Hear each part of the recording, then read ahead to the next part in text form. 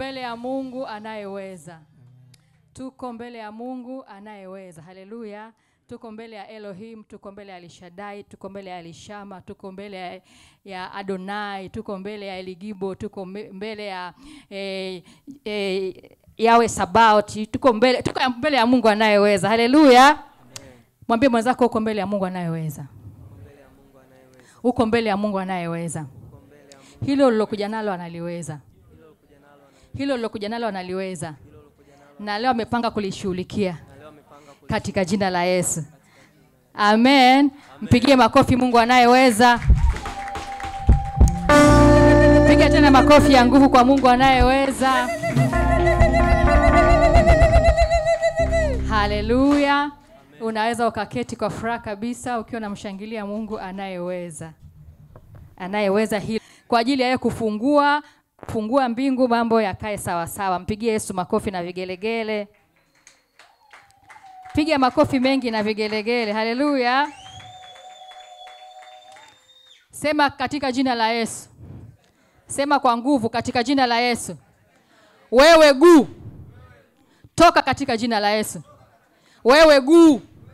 Sema wewe guu. Wewe guu. Toka kwenye maisha yangu. Kwa jina la Yesu.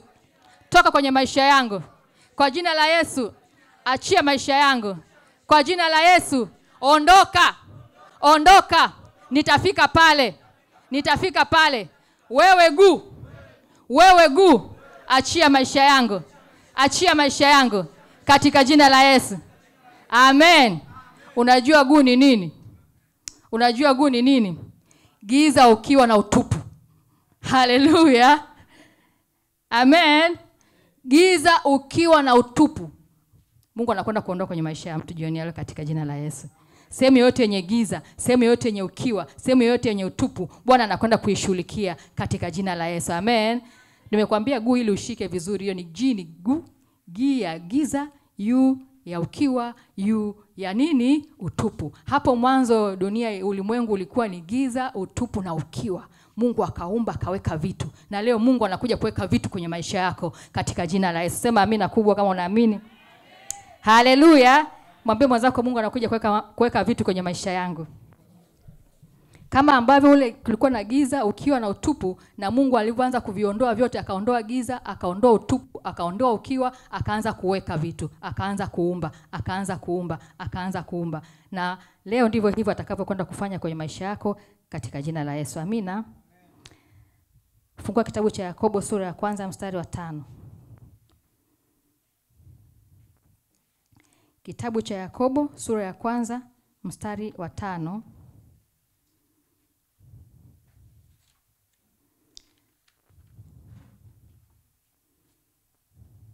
Yakobo sura ya 1 mstari wa 5 mpaka wa 8 nasema, lakini mtu wa kwenu akipungukiwa na hekima na aombe dua kwa Mungu, awapaye yote kwa ukarimu, wala hakemei, naye atapewa.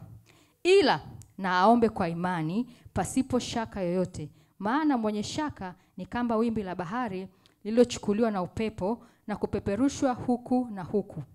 Maana mtu kama yule asidhani ya kuwa atapokea kitu kwa Bwana. Haleluya. Fungua tena Waebrania 11 mstari wa 6. Hiyo ilikuwa ni Yakobo 1:5 mpaka 8. Waebrania 11 mstari wa 6 inasema, lakini pasipo imani haiwezekani kumpendeza, kwa maana mtu amwendaye Mungu lazima aamini kwamba yeye yuko na kwamba huwapa thawabu wale wamtafutao. Haleluya. Lakini pasipo imani haiwezekani kumpendeza Mungu, kwa maana mtu amwendeaye Mungu lazima aamini kwamba yeye yuko na kwamba huwapa thawabu wale wamtafutao. Haleluya. Lakini pia tukisoma kwenye kitabu cha Marko 11, kitabu cha Marko 11. Marko 11 mstari wa 20 mpaka wa 24. Marko 11 mstari wa 20 mpaka wa 24. Nao nasema, Marko 11 mstari wa 20 mpaka 24, nao nasema, na asubuhi walipokuwa wakipita, waliuona ule mtini umenyauka toka shinani. Petro akakumbuka habari yake, akamwambia, Rabi, tazama, mtini uliolaani umenyauka. Yesu akajibu akamwambia, mwaminini Mungu. Amin nawaambia, yeyote atakayewaambia mlima huu ng'oka, ukatupwe baharini, wala asione shaka moyoni mwake, ila amini kwamba hayo asemayo yametukia, yatakuwa kwake. Kwa sababu hiyo nawaambia, yoyote myaombayo mkisali, aminini kwamba mnayapokea, nayo yatakuwa yenu. Haleluya. Haleluya. Hiyo ilikuwa tumesoma Marko 11:20 mpaka 24. Sasa tumalizie na Mathayo 14. Mathayo 14:25 mpaka 31. Mathayo 14. Mathayo 14:25 tunaanzia hapo mstari wa 25, na anasema Mathayo sura ya 14 mstari wa 25 anasema, hata wakati wa zamu ya 4 ya usiku Yesu akawaendea akienda kwa miguu juu ya bahari. Wanafunzi walipomuona akienda juu ya bahari wakafadhaika wakisema, ni kivuli, wakapiga yowe kwa hofu. Mara Yesu alinena akawaambia, jipeni moyo, ni mimi, msiogope. Petro akamjibu akasema, Bwana, ikiwa ni wewe, niamuru nije kwako juu ya maji. Akasema, njoo. Petro akashuka chomboni akaenda kwa miguu juu ya maji ili kumwendea Yesu. Lakini alipouona upepo akaogopa, akaanza kuzama. Akapiga yowe akisema, niokoe. Mara Yesu akanyosha mkono wake akamshika akamwambia, ewe mwenye imani haba, mbona uliona shaka? Haleluya. Mbona uliona shaka? Kwa hiyo leo tunaenda kusema ondoa shaka. Haleluya. Haleluya. Mwambie mwenzako ondoa shaka. Unataka kupokea? Mwambie unataka kupokea? Unataka kupokea? Ondoa shaka. Ondoa shaka. Haleluya. Na nitarudi hapo kwenye Marko 11. Marko 11 hiyo. Marko 11 hiyo 20 mpaka ngapi? Kuna mstari wa mwisho hapo nasema, kuanzia mstari wa 23 anasema, amini nawaambia, yeyote atakayewaambia mlima huu ng'oka, ukatupwe baharini, wala asione shaka. Wala asione shaka. Wala asione shaka moyoni mwake, ila amini kwamba hayo asemayo yametukia, yatakuwa yake. Haleluya. Asione shaka, ila aamini kwamba hayo asemayo yametukia, yatakuwa yake. Tuko pamoja mpaka hapo? Kwa sababu hiyo nawaambia, yoyote myaombayo mkisali, aminini ya kwamba mnayapokea, nayo yatakuwa yenu. Lakini kuna sharti pale juu. Ili uyapokee na ili yawe yako, ni lazima uondoe shaka. Haleluya. Kwa hiyo leo nimekuja na huo ujumbe tu kwamba uondoe shaka. Tunaingia kwenye wingu ambalo lina mambo mengi, na Mungu anataka kufungulia mengi. Sasa ukiweka shaka utapitwa. Haleluya. Haleluya. Mungu anataka watu wapokee. Wapokee vitu roho. Maana unapokelea wapi? Hatupokelea hapa. Tunaanza kupokelea rohoni. Haleluya. Ukishaomba kwa imani na Mungu akaangalia imani yako akaona imetosha, kile kitu tayari kimeshakuwa na nini? Kimeshakuwa cha kwako. Si ndio neno la Mungu linavyosema?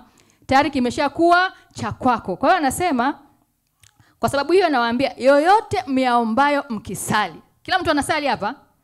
Kila mtu anaomba? Kila mtu anasali? Kila mtu anaomba? Tunaambiwa, yoyote muombayo mkisali, aminini ya kwamba mnayapokea. Aminini ya kwamba mnayapokea. Tunaambiwa chochote tunachokiomba kwa imani, tuamini kwamba tunafanya nini? Tunakipokea, na tunaanza kukipokelea rohoni. Yaani huko kinaanza kuregister rohoni, alafu anasema unakipokea, alafu kinakuwa cha kwako. Kinakuwa cha kwako wakati kimeshajidhihirisha katika mwili. Haleluya. Ndio maana ukisema unawaambia unasema umepona. Kule ile imani ulioungana nayo kule kwa Mungu tayari unajulikana ushapona. Alafu baada hapo udhihirisho unakuja mwilini kwamba umepona. Haleluya. Haleluya. Kwa hiyo chochote tutakachomuomba Mungu bila kuweka shaka tunakipata. Uko tayari kupokea? Uko tayari vitu vio vya kwako? Uko tayari kupokea? Uko tayari vitu vio vya kwako? Maana vitu na unajua tunavyoomba tukaweka shaka. Ukishaweka shaka ile sala imekuwa cancelled. Haleluya. Ni sawa sana kama hujaomba. Haleluya. Haleluya. Ukiomba unakuja unasema Mungu ninaomba unipe hivi, alafu baadaye unaanza kusema hivi Mungu anaweza kunipa kweli? Hivi Mungu anaweza kunipa kweli? Hivi Mungu anaweza kunipa kweli? Tayari ile sala yako imepigwa nini? Cancel. Imeshakuwa cancelled. Hakuna sala uliyosali pale. Hakuna sala uliyosali pale. Kwa sababu Mungu anasema ukisoma hapo kwenye tukirudi huko nyuma kwenye Ebrania hiyo Ebrania 11 mstari ule wa 6 anasema lakini pasipo imani haiwezi kumpendeza, kwa maana mtu amwendeaye Mungu lazima aamini kwamba yeye yuko na kwamba huwapa thawabu wale wamfuatao. Huwapa wale wanaomwamini, anawapa. Haleluya. Yule manake kinyume cha kuamini ndio kuona shaka. Si ndio? Kwa hiyo kama wewe unaona shaka manake haumwamini Mungu. Hauamini kama anaweza kunifanyia hiki, huamini kama anaweza kufanya kile, hauamini. Sasa leo Mungu anasema, "Hebu ondoeni shaka niwape." Haleluya. Haleluya. Hebu ondoa shaka nikupe. Hebu ondoa shaka nikupe hiyo thawabu. Anasema huwapa nini? Huwapa thawabu wale wamfuatao. Mungu anataka kumpa mtu thawabu, lakini sharti uniamini bila kutia shaka. Haleluya. Haleluya. Don't doubt your God. Usimtie shaka Mungu wako. Nitie shaka mimi. Jitie shaka mwenyewe. Tia shaka binadamu mwenzako, lakini usimtie shaka Mungu. Haleluya. Na Mungu hataki tumtie shaka kwa sababu yeye ni Mungu asiyejipinga. Mimi naweza nikajipinga. Naweza kukwambia njoo alafu baadaye nikwambia usije tena. Lakini Mungu akisema ninakubariki, ukifuata vigezo vyake anakubariki. Hajipingi. Haleluya. Haleluya. Kwa hiyo mwanadamu kwa mwanadamu kupata shaka, wasema unaweza ukasema huyu atanipa kweli? Kama unamfanyia shaka binadamu mwenzako. Hivi atakuja kweli? Hivi itakuwa kweli? Umesha doubt, umeshaka mashaka, si ndio?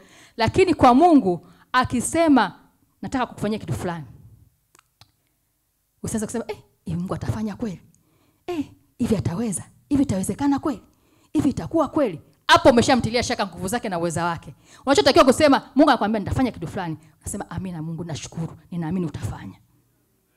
Haleluya. Atafanyaje kwa jinsi gani is none of your business, lakini wewe amini kwamba atafanya. Ukishaamini kwamba atafanya usitie shaka kwake, ile imeshapigwa tiki. Tayari kule imeshapokelewa, inasubiri ya udhihirisho. Haleluya. Haleluya. Mwambie mwenzako ondoa shaka. Ondoa shaka. Ondoa shaka. Kwa hiyo ukitembea kwa imani hivyo kwamba ninaamini, tumepita kwenye maneno mengi sana. Tunasema maneno, Roho Mtakatifu anatupa tuna maneno mengi sana ambayo tunayasema. Haleluya. Ukilichukua ile neno kasema ninaamini litakuwa kwenye maisha yangu, limekuwa. Haleluya. Ukiamini litakuwa kwenye linakuwa. Na ndivyo Mungu anavyotaka tuingie kwenye hiyo hatua sasa ya kuamini maneno yake bila kuyatilia shaka. Ili yale madhihirisho anataka yadhihirike kwenye maisha yetu, yadhihirike.